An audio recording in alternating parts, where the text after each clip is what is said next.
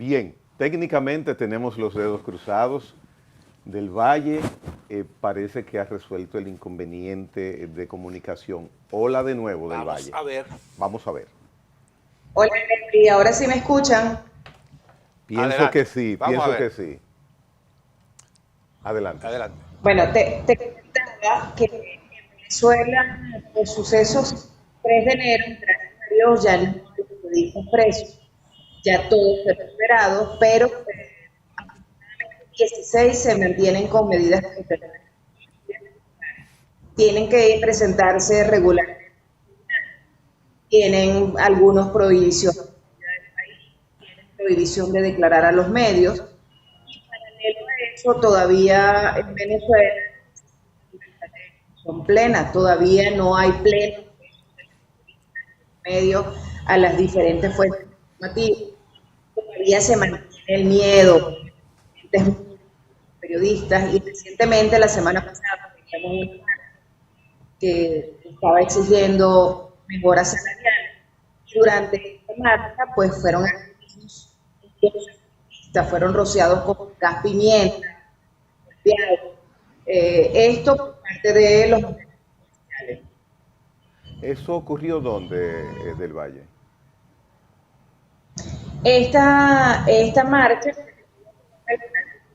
donde está Delcy Rodríguez, la presidenta encargada luego de los sucesos, ocurrió aproximadamente como 1 kilómetro antes de llegar a Miraflores. La marcha no llegar. Paralelo se desarrolló de apoyo y sí pudo estar en Miraflores. O sea, sigue habiendo distinción entre ciudadanos que califica el gobierno y otros que malos. Los malos son todos aquellos que se oponen a la política gubernamental, los que tienen de la constitución, que se cumpla la constitución. Eso es malo para el gobierno. Bien. Bueno, Del Valle ha vuelto a, a fastidiarse, a quebrarse la comunicación, La fluidez la fluidez de la comunicación. de tu hablar. Nelson. No, se pudo captar algo de lo que ella dijo, de que los periodistas están sometidos a a medidas cautelares, no pueden salir del país y han sido reprimidos. Eso fue lo que alcancé a escuchar de la comunicación interrumpida. Y es muy lamentable porque los periodistas pueden tener toda la libertad de pertenecer a una corriente política siempre que no interfiera con la objetividad en el ejercicio de su trabajo. Entonces, nosotros hemos pasado por situaciones de persecución política en este país durante algunas etapas, y nosotros no vamos a estar de acuerdo nunca con la persecución de periodistas por su forma de pensar. Y yo lamento mucho que el gobierno chavista, al cual yo he defendido y que defendía hasta el 3 hasta los días posteriores al 3 de enero, cuando Delcy Rodríguez se prestó a esa vagabundería que estaba viviendo Venezuela. Yo no voy a estar de acuerdo, aunque lo hubiera hecho Chávez, lo hubiera hecho quien lo haga, no voy a estar de acuerdo con la persecución de periodistas, porque yo estaría propiciando que yo fuera en algún momento parte de una persecución. Así que ahí yo no estoy de acuerdo. Los periodistas, eso sí, debemos tener el cuidado de no militar, de no ser un ente que esté ni a favor ni en contra, sino sencillamente ejercer el oficio de informar con aquello que llamamos objetividad hasta donde sea posible, pero ningún gobierno tiene la facultad de coartar la libertad de periodistas porque piensen diferente a las actuaciones del gobierno. Así que alcancé a oír eso y yo no estoy de acuerdo con la persecución de periodistas en ninguna parte del mundo. Y creo, disculpe, creo que ella se refiere también a periodistas que todavía permanecen en prisión en Venezuela, a pesar de ese proceso de libertad de detenidos y de la ley de amnistía. Creo que se refiere también a eso, de que hay periodistas que todavía están encarcelados.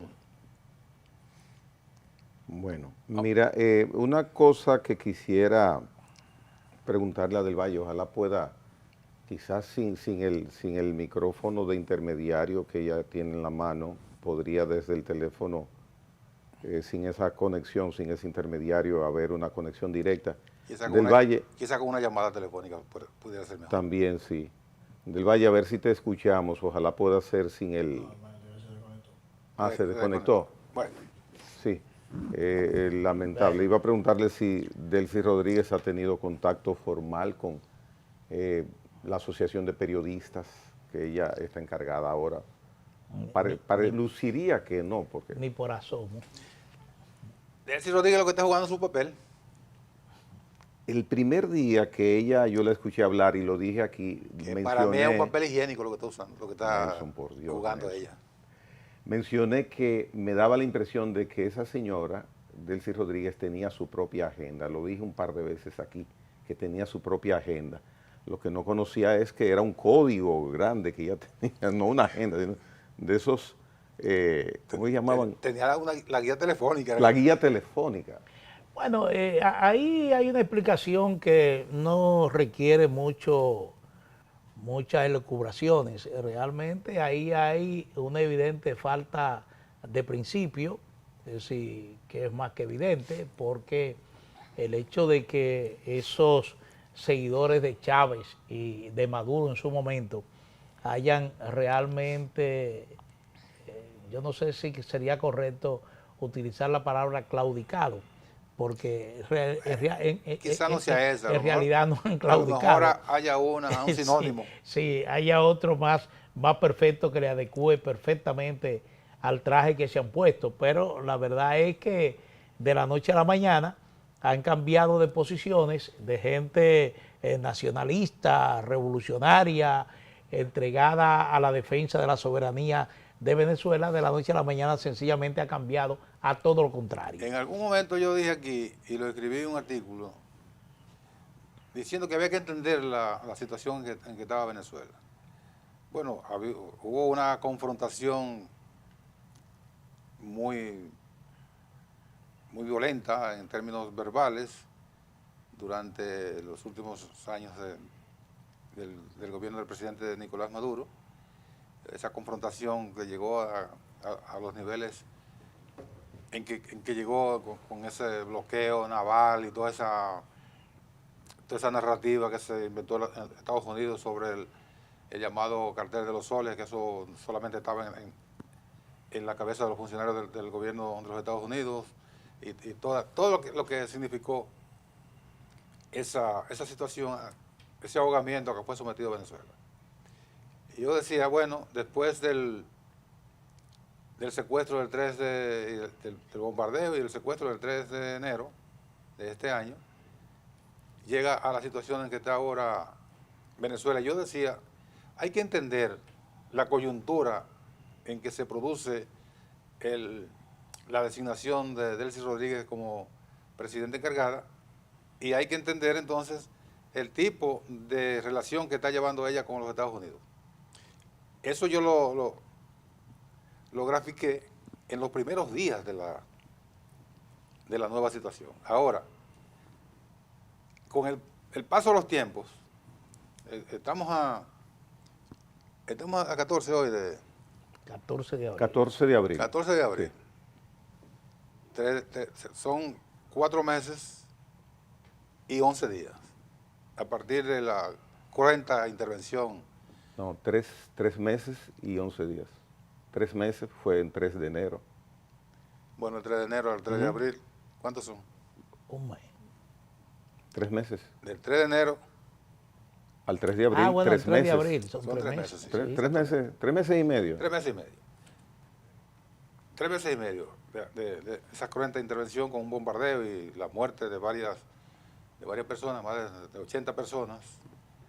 Había que entender la nueva situación que se presentaba. Ahora, Una cosa es usted llevar una relación, llevar la fiesta en paz, digamos, con una potencia que la ha agredido y que agredió de diferentes formas y culmina con un bombardeo y el secuestro de su presidente. Eso es entendible. Ahora, otra cosa es el entreguismo tan sinvergüenza en que ha caído esta señora. A eso es lo que yo me refiero.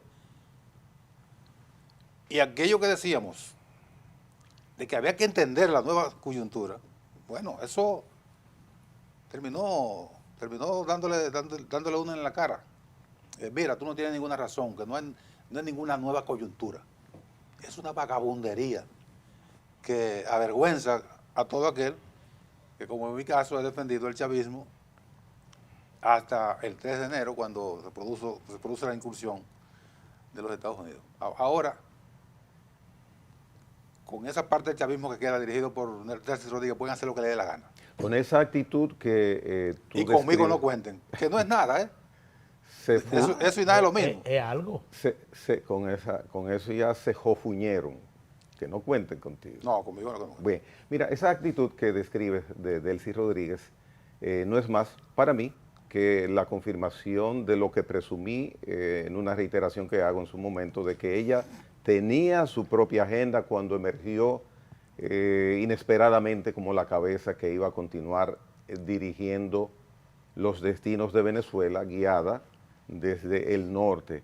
Entonces ella ha encontrado una oportunidad personal, Nelson, esa es la explicación, eso es lo que justifica esa actitud. No te sientas dolido por eso y hazte de cuenta que la parte personal, individual, es lo que prima en ella, no un sentimiento. Bueno, peor aún, porque no era parte de un proyecto entonces. Hay personas, mira lo que le pasó. Ese proyecto hace rato. Guardando las distancias y las distancias totalmente, y si se puede ponderar o no de manera igual, lo que sucedió con Correa y Lenín Moreno. Bueno, pero ya eso es otra cosa. Pasando por eso digo, guardando la distancia. Está pasando de un extremo de vagabundería a otro, bueno, a un peor. Esa es la basura más grande que ha dado Ecuador. ¿Y por qué tú le dices así a Lenín Moreno? Que es una basura.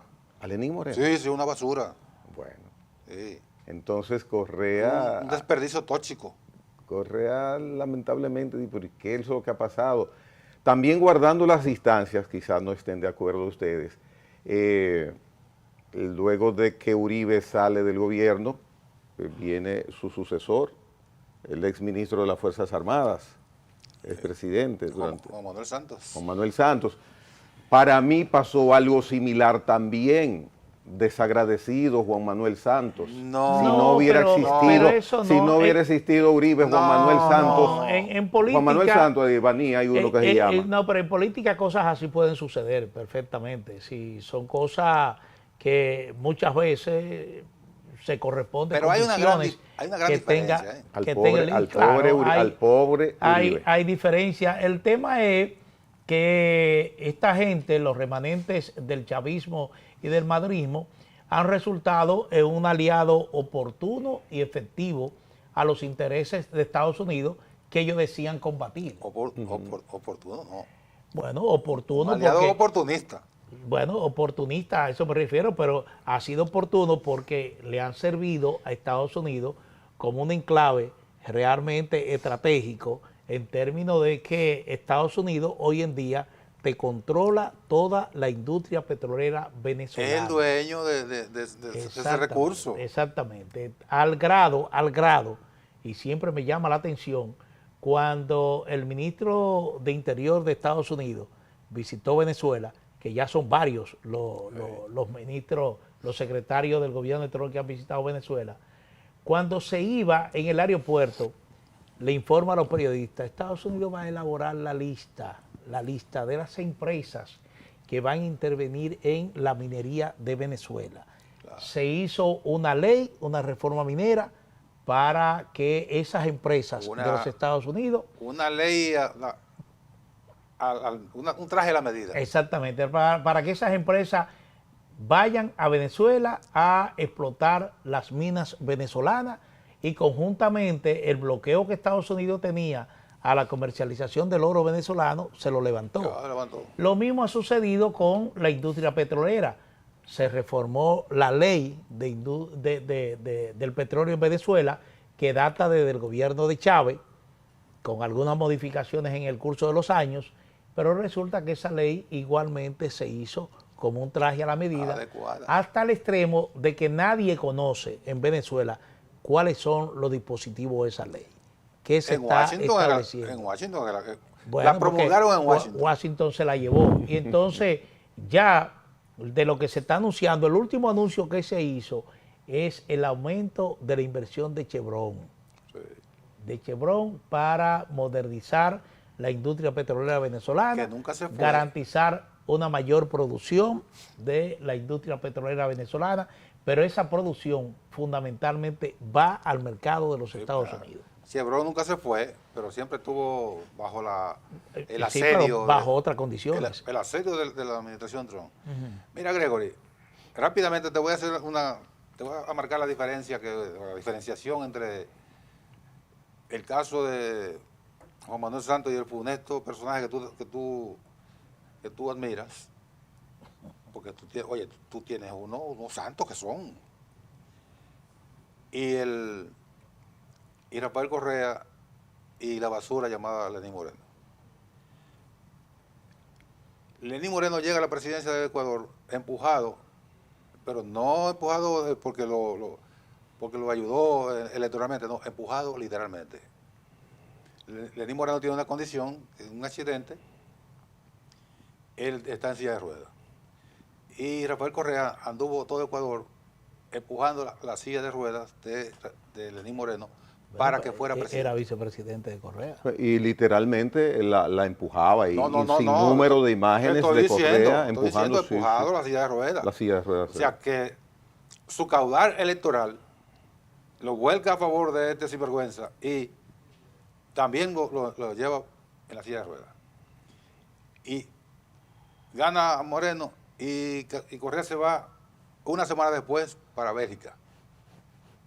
Se va a Bélgica, apartado de la política. Y no trató de influir. De allá es su mujer. Es su mujer, la clase. Mira el desagradecido ahí. Sí. Está contaminando la pantalla tú ahí con ese desgraciado. Para quien no lo recordaba muy bien. Es lo mejor que no se acuerdan de él. Y se fue y no trató de influir en las decisiones del gobierno, pues se apartó. En el caso de Juan Manuel Santos había sido ministro de Finanzas, ministro de Hacienda y ministro de Defensa. Ajá. de Uribe. Los dos cargos en el gobierno de Álvaro Uribe. Llega a la presidencia y entonces, contrario a Correa, ¿qué trató de hacer Uribe? Ajá. ¿Quién? Uribe, ese funesto. Pero ¿y qué hizo Santos? Trató de influir. ¿Qué hizo Santos? Trató de imponerle, porque como tú habías sido ministro mío, tú sigues siendo un subordinado. Y Santos le dijo, no, pues yo soy el presidente de la República. No, yo soy el presidente. Ya yo no soy ministro de defensa ni de finanzas del gobierno de Uribe. Yo soy presidente de la República. Y ahí se produce la ruptura por tratar de imponer su criterio a alguien que fue ministro que ya fue elegido por el pueblo colombiano. Ahí está la gran diferencia. Pero ¿qué tú quieres si Santos lo que quería era tener mano de sed y llevarle café a las FARC? ¿Y cómo es posible Bueno, pero eso? Santos empujó un acuerdo de paz con la FARC. Sí, pero coordinado con Uribe. Uribe, no señor. Perdón. No, Uribe lo bombardeó siempre. Exacto. Entonces, cuando Santos asume, viene, mis amigos, vamos a cordializar.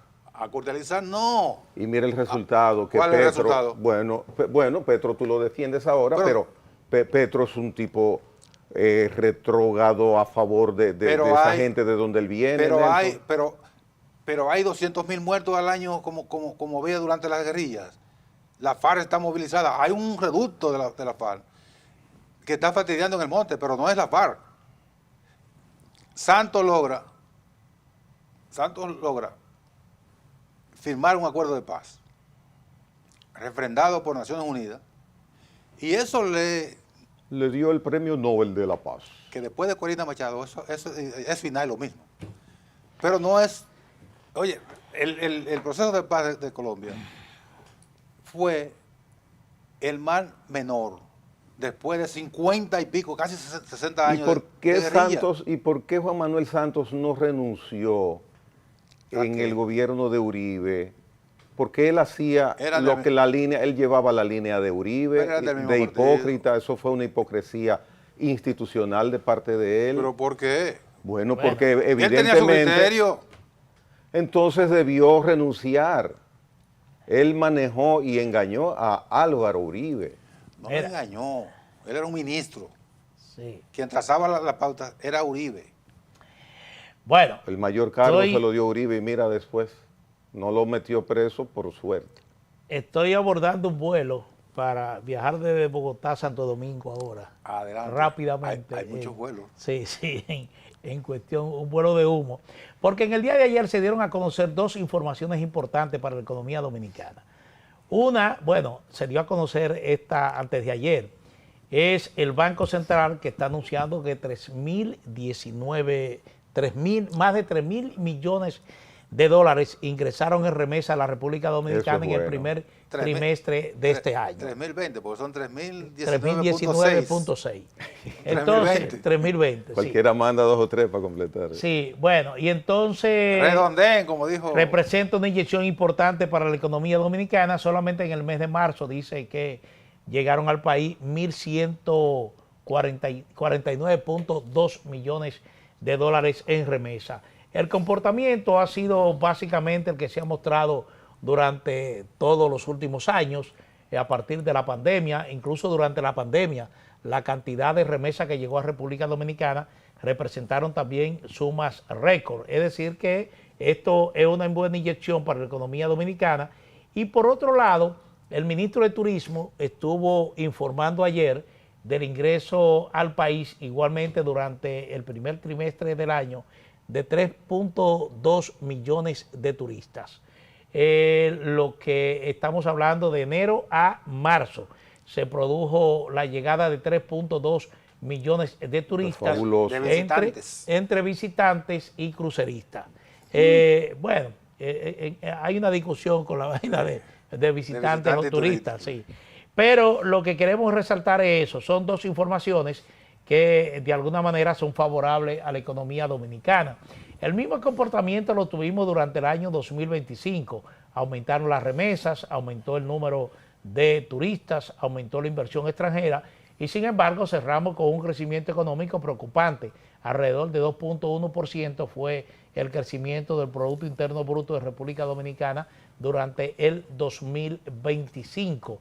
Lo que uno espera es que el Banco Central está resaltando de que esta cantidad de remesas llega en un momento donde la economía está enfrentando incertidumbre producto de la guerra en el Medio Oriente, pero ya existía la guerra que sigue en curso entre Rusia y Ucrania, hubo también el conflicto en Gaza. Todos estos conflictos de una manera u otra complican la economía mundial. Sí. Pero en el caso de lo que estamos viviendo actualmente, la complicación es mayor porque tiene un impacto directo en lo que es el precio del petróleo y eso genera inflación. Lo que quiero señalar es de que las expectativas son de que la economía dominicana durante este 2026, a finales de este 2026, estaría creciendo por encima del 4%. Recientemente el Banco Central revisó la proyección de crecimiento precisamente por las implicaciones que está teniendo el conflicto del Medio Oriente en la economía mundial y por ende en la economía dominicana. Así que vamos a esperar de que de alguna manera el gobierno pueda sortear los choques externos que estaría sufriendo la economía dominicana para que no se vuelva a repetir un escenario de crecimiento pobre durante el año 2026, porque vuelvo y repito, lo que se demostró el año pasado es de que no fueron choques externos los que afectaron a la economía dominicana, sino que ese bajo crecimiento fue producto de un desempeño local. Y entonces habrá que ver que ya las autoridades monetarias y las autoridades que tienen a su cargo la política fiscal de alguna manera hayan consensuado la aplicación de medidas para ver en qué medida ese desempeño local afectó el crecimiento económico durante 2025 y hasta qué punto durante el curso del 2026 lo que se produjo en el 2025 no vuelve a repetirse en el 2026 a pesar de la incertidumbre que está generando en la economía mundial la situación en Medio Oriente. El gobierno está conversando con los políticos, está conversando con los empresarios, está conversando con los líderes sociales para ver cómo se puede blindar el país y uno espera que el país efectivamente pueda ser blindado. Así es, durante la pandemia, la explicación que se tuvo para el incremento de las remesas es que durante ese periodo el gobierno de los Estados Unidos, dirigido en ese momento por el presidente Donald Trump,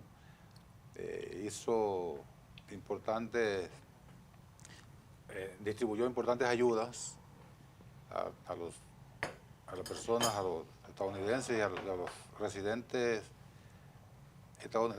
extranjeros que trabajan en los Estados Unidos. Hizo importantes ayudas, que parte de esa ayuda, en el caso de los dominicanos, y me imagino que otras etnias, otros nacionales que viven en los Estados Unidos, parte de esas ayudas fueron remesadas para ayudar a los familiares de esa diáspora.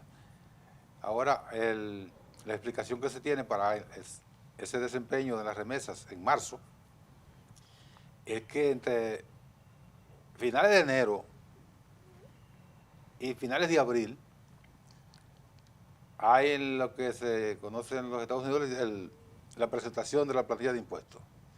Y entonces... Lo que dicen los taxes. Los taxes. Un grueso, una importante cantidad de trabajadores reciben un reembolso por el IRS, el Departamento de Rentas Internas de los Estados Unidos, que hay una modalidad que si usted pagó una cantidad de impuestos X y tiene dependientes, entonces le reembolsa en ese periodo, entre finales de enero y finales de abril, le reembolsa una cantidad importante de dinero y ese dinero una parte coge para los países de origen de los trabajadores. Es una explicación bastante razonable porque se basa en una realidad económica y entonces lo que habría que ver ahora es si ese comportamiento del incremento de remesas con la proyección de recibir 12,000 y pico de millones al final del año, si ese comportamiento se pueda mantener desaparecida, esa realidad momentánea del IRS, si se pueda mantener para que al final del año se tenga el desempeño en la recepción de remesas. Bueno, pero todos con los la años incertidumbre que hay, ¿verdad? ocurre lo mismo, todos los años ocurre lo mismo con esa misma frecuencia. Sí, es verdad. Habría que ver. Pero todos los años no hay guerra que puedan ralentizar Ya. la economía de los Estados Unidos. Así es. Eso que usted está señalando de la devolución de impuestos, en el día de ayer hay una foto que tiene producción bastante jocosa y es que el presidente Trump ordenó que le llevaran una pizza, una comida de McDonald's hasta el despacho oval, hasta la puerta del despacho oval de la Casa Blanca. Y él le está entregando ahí una propina de $100 a esa repartidora que fue a llevarle esa comida favorita de él. Y eso es para promover las devoluciones de impuestos a gente que reciben propinas, precisamente. Una pregunta a ustedes dos. Pon la imagen, por favor, Carlos, que le voy a hacer una pregunta a mis dos compañerazos. Ese gesto, ¿cómo ustedes lo califican? ¿Positivo o negativo por parte de Trump? Óyeme, eso es parte de su marketing. Anda la porra. Ni eso, por Dios. Ahí estaban toda la prensa acreditada en la Casa Blanca, estaba ahí con fotos, con cámaras. $100. Y tú sabes lo que le pregunta Donald Trump a los periodistas. Esto parece como arreglado, pero no lo es. No. Y entonces resulta que ¿Viste que es espontáneo? Sí, para entrar a la Casa Blanca, ningún pisero entra a la Casa Blanca. Y menos llegar hasta la puerta del Salón Oval. Y él recibió las dos fundas. Sí, él recibió las dos fundas. Me dicen ustedes si eso no es el gesto de un gobernante humano. No, eso es parte del teatro. Del teatro. $100 a una repartidora. Esa señora, mira, Oye, entrar a la misma, a Casa Oval, al Palacio. Donald Trump no hace nada que no sea marketing. Bueno. Todo es marketing. Por suerte que es Donald Trump el único que lo hace. Mira, hay una preocupación del mundo, pero en la República Dominicana, en el caso de la remesa, y es que a pesar de que vemos que cada año crecen las remesas, la preocupación es la siguiente. En la medida en que van naciendo dominicanos estadounidenses de segunda y tercera generación, en esa medida deben ir reduciéndose las remesas, porque el dominicano de origen, que es tercera generación, no tiene conexión en la República No, Dominicana. porque el que sí es de origen tiene aquí a la mamá, a los hijos, el papá, a un hermano, hasta un hermano, hasta un tío. El papá que es la primera, sí. El hijo que es la segunda, y ya este que es el abuelo, que tiene la conexión aquí, y el hijo tiene alguna conexión. El nieto no tiene ninguna. No. Y los que son de segunda y tercera lo generación. Que explica que tú estás proyectando alguna reducción en las migraciones. No, en la remesa. En las remesas, en algún momento. Porque el que ya ha nacido allá y tiene su hijo que ha nacido allá y ya trabaja también. No tiene conexión aquí. Tiene a su papá y a su mamá al lado. Exacto. Y no tiene, es más, conoce quizás a un tío aquí. Quizás. Y cuando viene, se va a Punta Cana. Así es. En algún momento eso está medido incluso por el BID, el Banco Interamericano de Desarrollo, y por el Banco Mundial, que han estado predicando hace años que esas remesas que se reciben, que no sean para el consumo, que el 80% de las remesas que se reciben van destinadas al consumo.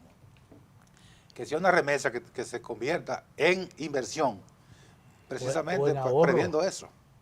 O en ahorro, sí. Pero es difícil manejar el destino final de esa remesa. No. Es muy difícil.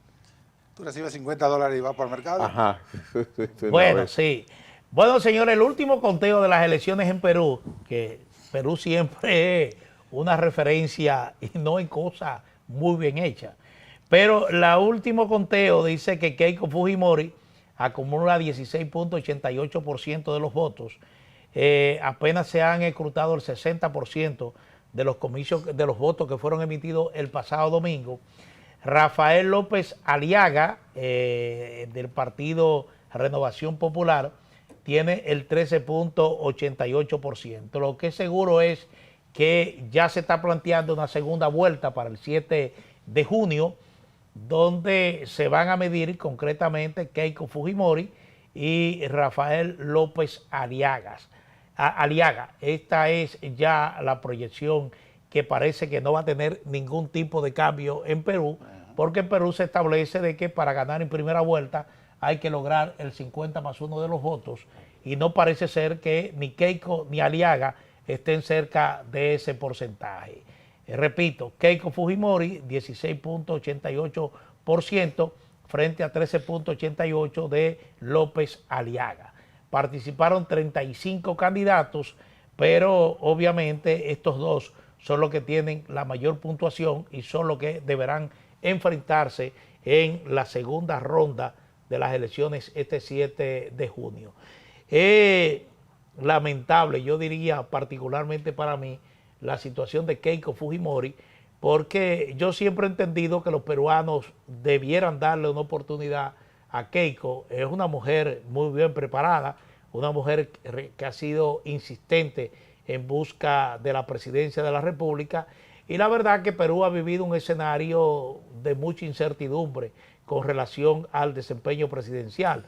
Es decir, ahí los presidentes duran, como se dice popularmente, menos que una cucaracha en un gallinero. Entonces, habrá que ver ya cómo queda la composición del Congreso, sobre todo porque se está eligiendo un Congreso bicameral para ver con representación de senadores y de diputados, y habrá que ver cómo queda ese Congreso en participación ya de los dos partidos que se están disputando esta segunda ronda. Bueno, en la primera ronda ya se eligen los diputados y senadores. Sí, sí. Entonces, habrá que ver, porque si se requiere una mayoría calificada para sustituir a un presidente, quizá ahí se le ponga un poco de candado a esa cultura parlamentaria quizás no sea peruana tan fácil, de quitar fácilmente a un presidente de la República. Vamos a escuchar un poquito lo que Keiko dijo ayer. Expresamos a todos los peruanos que tenemos los brazos abiertos para trabajar con todos aquellos que quieren el desarrollo en nuestro país. El Perú no aguanta más improvisaciones. Y desde mañana, toda nuestra energía estará puesta en seguir recorriendo nuestro país y en seguir poniendo a los ciudadanos en el medio de esta campaña. Hoy no es un día de festejo, pues nuestro país vive tiempos difíciles, pero sí es un día de muchísima esperanza. Nuestro país está cada vez más cerca de recuperar el orden. Muchísimas gracias y buenas noches con todos. Estas fueron las palabras de Keiko Fujimori. Sea Gracias, así, doña es Keiko. lo que hablábamos acá. Ojalá sea así. Yo pienso que los peruanos deberían darle una oportunidad, pero resulta difícil en el escenario que se le plantea, porque lo que siempre sucede es que todo el que queda detrás de Keiko Fujimori, en una segunda después vuelta queda adelante. sencillamente le niega el respaldo. Pero entonces ella debe tener ya el antídoto de lo que le ha sucedido en reiteradas ocasiones para No, combatirlo. Ahí lo que funciona es una política de alianza, No es tan y eso fácil. es lo que se le ha dificultado a No ella. es tan fácil. Ella tuvo un papel muy destacado en el gobierno de su padre. Incluso la trataban como la primera dama, porque Sí, de hecho. el presidente Fujimori su papá se divorció de se su peleó mamá. con la madre, que también es de origen japonés. Keiko tiene Fujimori Iguchi, la señora es apellido Iguchi, que también fue congresista. Entonces ella asumió el papel de primera dama y estuvo muy involucrada en las decisiones del gobierno. Y a ella se le imputa, se le acusa, se le señala que no fue muy beligerante cuando ella tenía mucho poder para enfrentar, por ejemplo, que ha sido el peso gravísimo que ha cargado ella, que carga el fujimorismo, cuando se llevó a cabo una campaña de esterilización no autorizada de miles de campesinas peruanas, que incluso fue presentado por Naciones Unidas como algo sencillamente aberrante, porque fue una violación tremenda de los derechos humanos. Entonces, ese peso muerto del fujimorismo, que si se fuera a medir, se fuera a balancear el gobierno de Fujimori, el primer gobierno fue un excelente gobierno. El segundo comenzó a degradarse. Y la parte que le correspondió del tercero fue una dictadura. Entonces, ella carga con todo eso. ¿Qué hace la sociedad peruana? Bueno, que la reconoce la parte buena y se la atribuye, y por eso consigue un 48% en la segunda vuelta. Wow. Pero la otra parte le carga el dado porque le atribuye tener ese protagonismo la parte mala también de... Bueno, era lo que te gobierno. resaltaba en el día de ayer. Ayer, cuando hablábamos precisamente de las elecciones en Perú, yo te señalaba que Alberto Fujimori todavía conserva un gran respaldo de una parte de la población peruana. Y llegó un momento donde Fujimori fue separado del gobierno, incluso encarcelado, pero en Perú se notaba que había una simpatía dividida entre la gente que condenaba el gobierno de Fujimori y quienes lo defendían, precisamente porque hay que reconocer que Fujimori tuvo un gran aporte en la pacificación del Perú, y eso hay que reconocerlo. Hay que reconocer Perú era un país que estaba virtualmente en un estado de sitio. Sendero Luminoso era un grupo maoísta de extrema izquierda que te volaba una torre de electricidad y te dejaba toda una zona de Perú sin luz. O sencillamente habían enfrentamientos con el ejército regular y Sendero Luminoso. Entonces, todo eso los peruanos lo vivieron. Y entonces, vuelvo y te repito, aún Fujimori estando detenido, acusado de violar derechos humanos, de ser represivo, a pesar de eso, él conservaba todavía que un porcentaje importante de los peruanos bendecía su gobierno. Y eso se ha trasladado a Keiko Fujimori hasta el día de hoy. Qué bueno que En con algún momento Keiko fue mi derechista preferida, pero ya... con esta ya son 4 veces las que participa.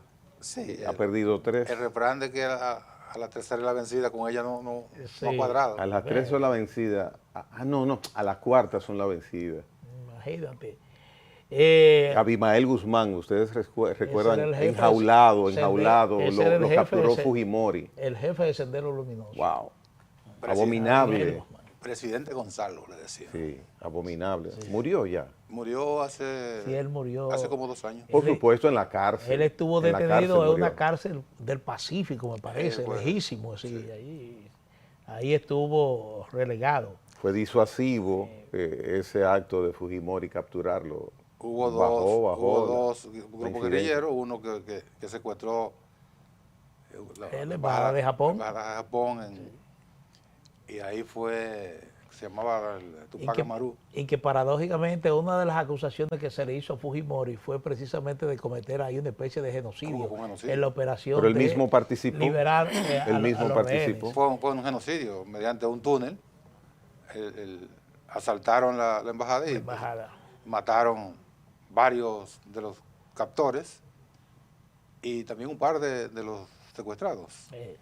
Y eso le generó a Fujimori en un momento una aureola de gobierno eficiente.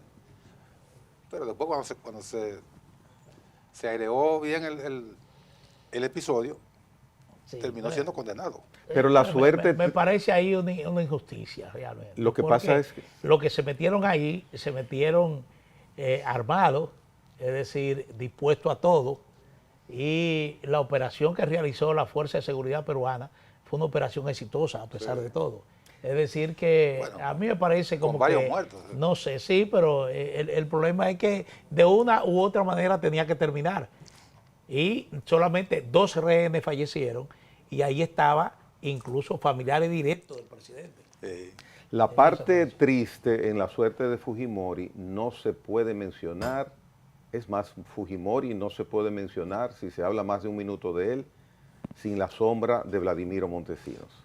Él fue que dirigió esa Bueno, operación. sí, al final pues, él era el jefe de seguridad, el jefe de inteligencia. Yo fui una víctima de ese secuestro.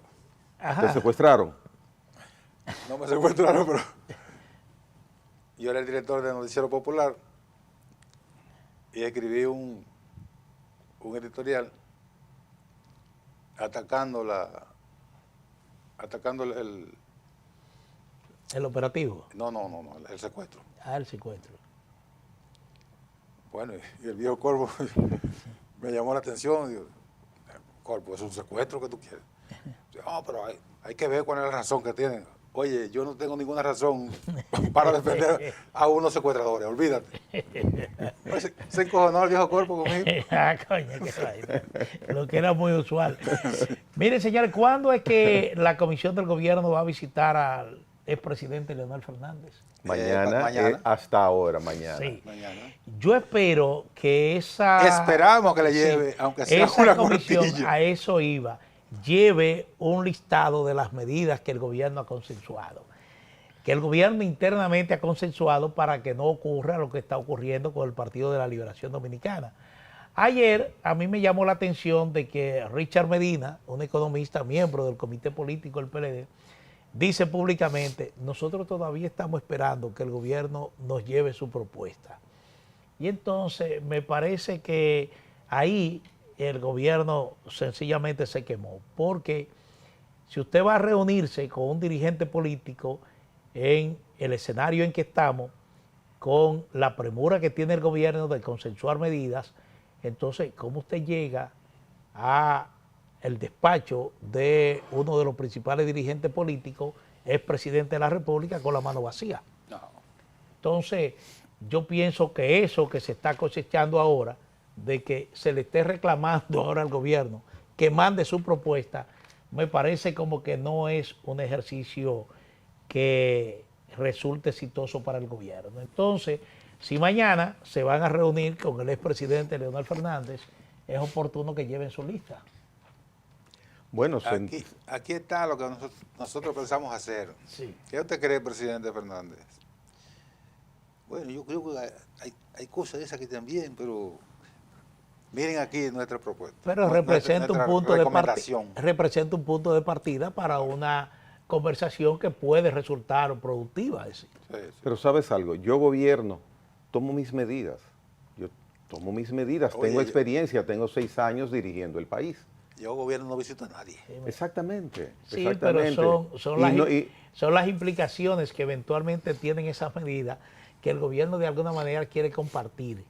Pero igualmente cuando las comparto y voy y te las consenso, te pido consenso, recibo de ti, bueno, tú porque me quieres parece que bien, yo sea compromisario de eso. No, le dice que le parece bien y cuando la toman, Sí. entonces salen a la calle O sea, a atacar las medidas. pienso que no, en el mejor sentido, en el sentido estricto de la racionalización.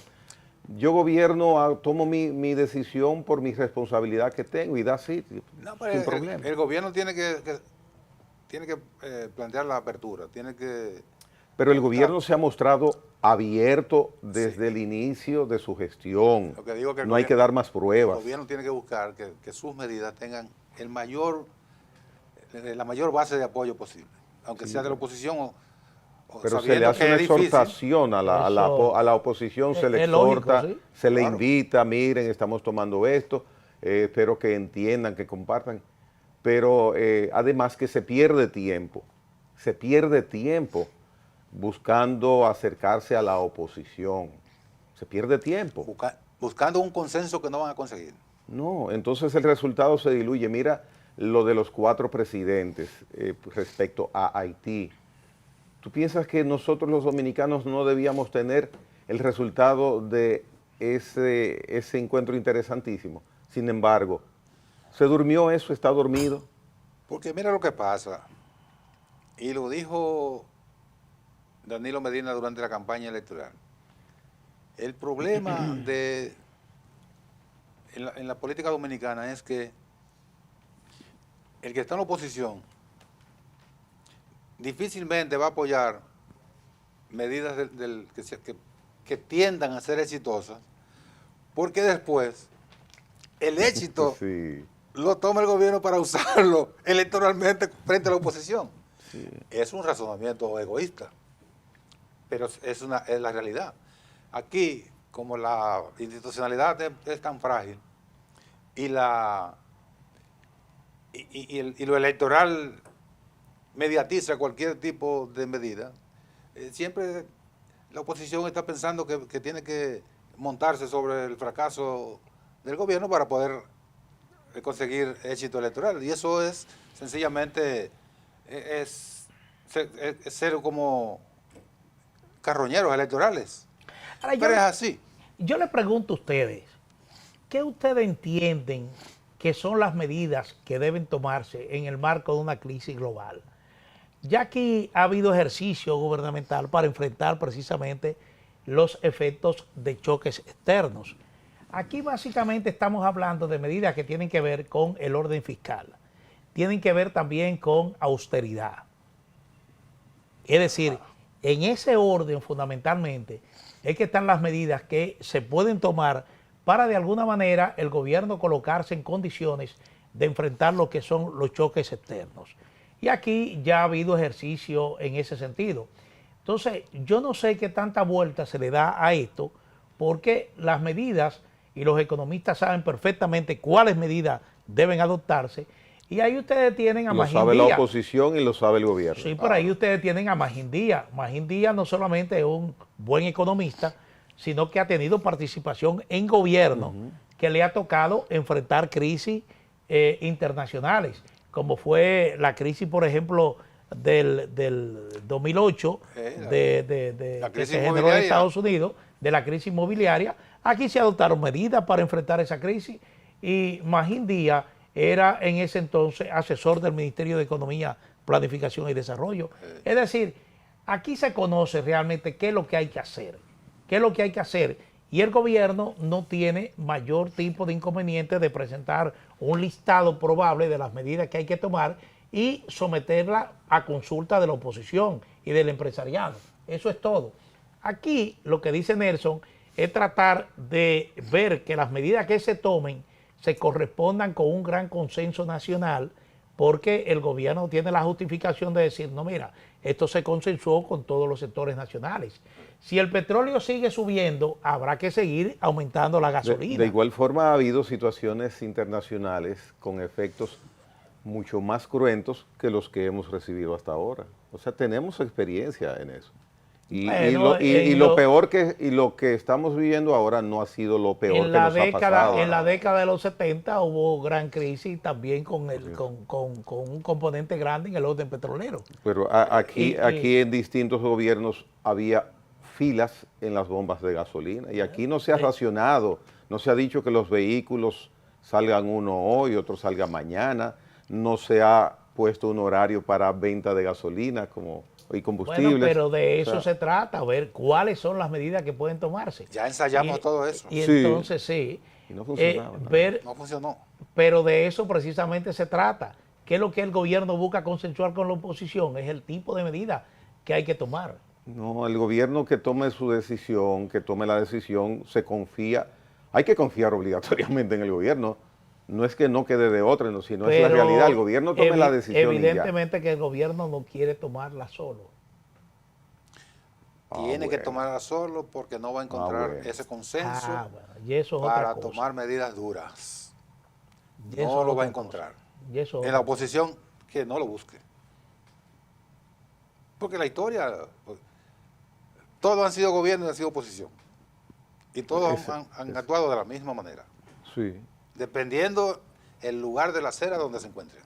Y no hay nada tan extraordinario. Tú mismo lo decías hace un momento, las medidas están ahí, los economistas están ahí. Pero es que aquí se sabe lo que hay que hacer hace rato. Se está dando larga y no debe ser, se está dando larga y no debe ser. El gobierno sabe lo que hay que hacer. Sí, hombre, sí. El gobierno sabe lo que hay que hacer. Pero un gobierno no puede exponerse a que se le esté diciendo, bueno, pero mira, tú me visitaste, no me trajiste nada, acabas de enviarme lo que tú me prometiste que me iba a enviar. Sí, un gobierno no puede someterse a eso. Bueno. No debería hacerlo. Porque eso le quita autoridad para visitar a probables consensistas, si se puede usar la palabra. Sí. Usted tiene que llevarle algo. Miren, ayer nosotros hablábamos del triunfo de Peter Magyar, que es el nuevo primer ministro a partir de mayo de Hungría. Y usted dice, bueno, pero ¿qué implicaciones tiene esto? La verdad es que Víctor Orbán había, ¿cómo se dice esto? Había objetado un préstamo que la Unión Europea tiene en carpeta para hacerle a Ucrania. Es un préstamo, son 900 millones de euros, o 990 millones de euros. ¿Cuánto es eso? 900 millones de euros, muchachos. Eso para los dulces de Zelensky. Bueno, no, ¿cuál es la cifra? 9.000 millones. 9.000 millones de euros a Ucrania. Esos 9.000 millones de euros son para comprar armas para Ucrania resistir la invasión de Rusia. Pero Orbán, que es un hombre, usted lo definía ayer, que por un lado está cerca de Trump, pero por el otro lado está cerca de Putin, Orbán objetó ese préstamo de la Unión Europea a Ucrania. Lo que está por determinarse es si a partir del 5 de mayo, es la fecha que Magyar ha puesto para asumir ser primer ministro de Hungría, él estaría dispuesto a autorizar ese préstamo, porque hasta ahora falta el voto favorable de Hungría. El otro punto es, en la Unión Europea ha habido países que han planteado que Hungría sirva como una especie de retén a la migración ilegal que llega a Europa. Y entonces Orbán obviamente también se había opuesto a esto. Entonces habrá que ver también qué posición asumirá Magyar sobre esta propuesta de la Unión Europea de convertir a Hungría en una especie de, no de trampolín, Eso sino por la, como... por la posición geográfica de Hungría. Exactamente, por la posición geográfica que tiene Hungría. Entonces, todo esto va a definir realmente el cambio que va a tener Hungría a partir de mayo próximo.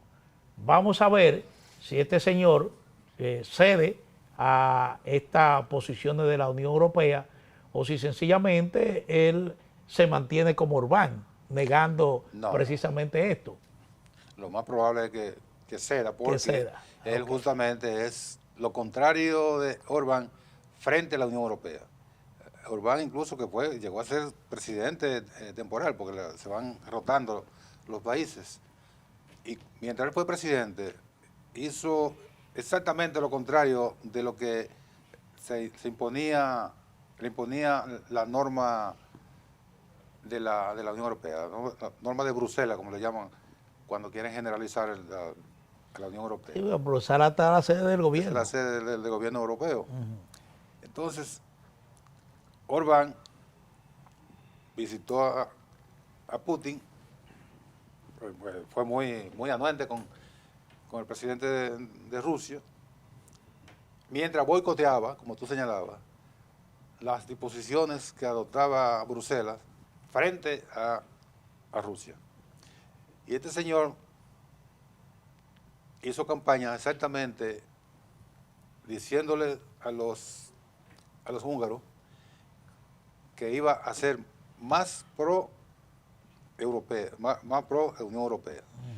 Por consiguiente, cuando él asuma, de seguro que va a autorizar el desembolso que está fijado por la posición de Hungría, porque el estatuto de la comunidad establece que las decisiones tienen que ser aprobadas por todos los miembros.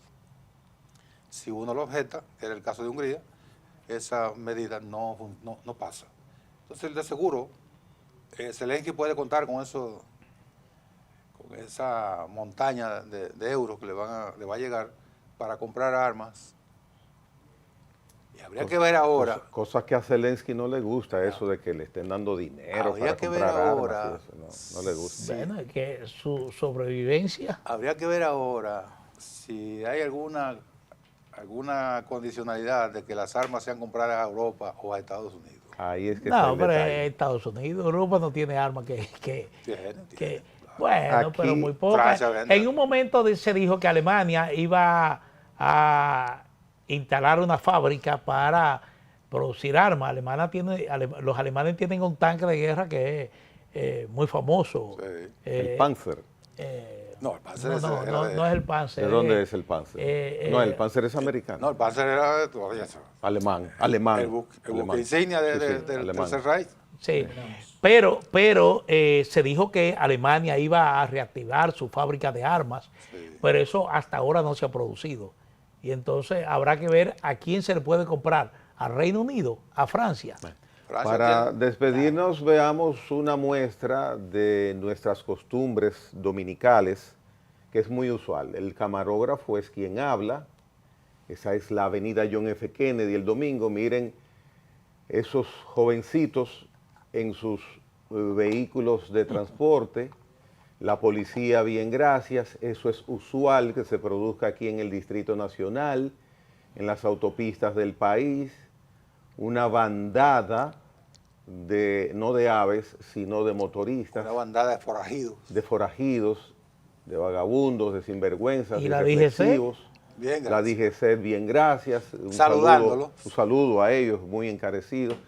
Y eso es penoso, que la autoridad sea burlada constantemente. No debe ser. Estamos acostumbrados a eso, pero no debe ser. La autoridad debe ser respetada y debe darse a respetar. Nos vemos mañana. Tu preocupación es muy loable, pero es una pérdida de tiempo. Oigan eso. Vamos a esperar. Nadie te va a hacer caso. Oigan eso. Hasta tu moro.